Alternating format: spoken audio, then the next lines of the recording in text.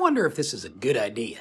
Hey, I am Chuck the Bureaucrat, and I want your opinion on something I've been doing recently that, well, it seems like a good idea, but every time I say it out loud, it just sounds weird.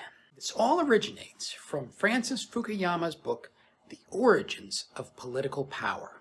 It is an intense book with countless insights and observations, but the one that really struck me is this. He pointed out that over time and across cultures, there's this one pattern that senior retired military officers almost always follow. They seek to convert a non-hereditary source of income into a lasting family asset. And you can easily imagine some warrior who rises to lead 5,000 of the king's men in the Great War, and when that warrior returns home and the wars are over, the king grants him the title of baron and a little town to govern and the farms around it.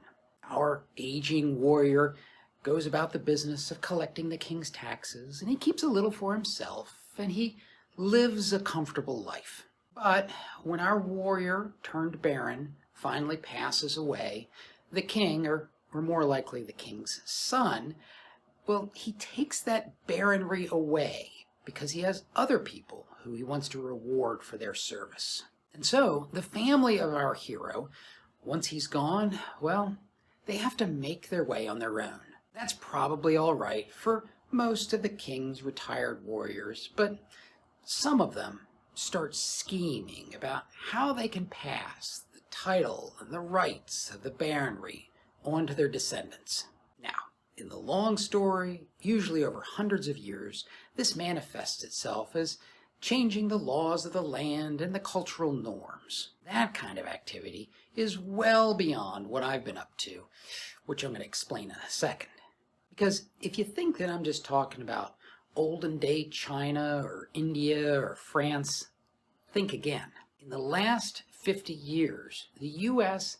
has seen the same inevitable march. The Survivor Benefit Program has had the Social Security offset eliminated. The 9/11 GI Bill got created, and you can transfer it to your descendants. CRDP and PACT Act boost benefits for retirees and their survivors. It's not exactly blatant, but at the same time, it ain't my granddaddy's army.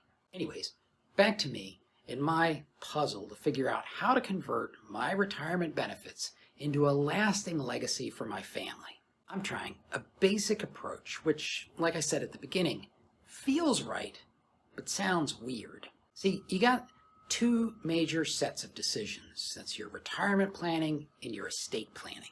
Retirement planning is all about creating the life that you're going to live after you retire, and estate planning is about creating the world that you want your survivors to live in after you've passed away. A lot of people commingle these two things, and while they're not exactly separate decisions, I think that the relevant decision makers for these two types of planning, they're different. I care a lot about my quality of life while I'm alive, but I don't particularly care about what my estate looks like. And so I've been actively seeking input and advice from my adult children when it comes to major estate planning decisions. I'm talking like 22, 24-year-olds here. And a couple of good things seem to be happening. Number one, we are having some very real conversations, probably better conversations than I've ever had with my kids before. Number two, I'm getting some pretty good advice. I mean, they know me pretty well, and there have been some situations where I had opportunities that when I showed it to them, they're like, don't.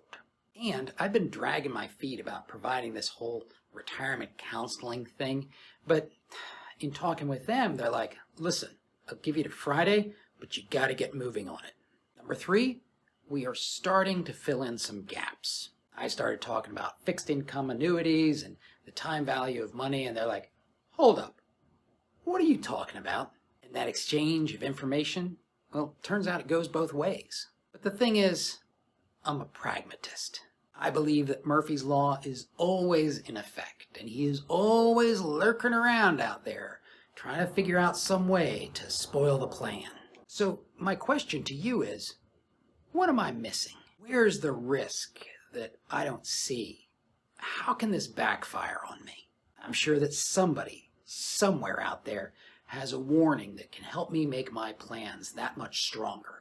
And now, if you want to see a way that Murphy managed to get me tripped up when I was just starting out with this whole retirement thing, watch this video.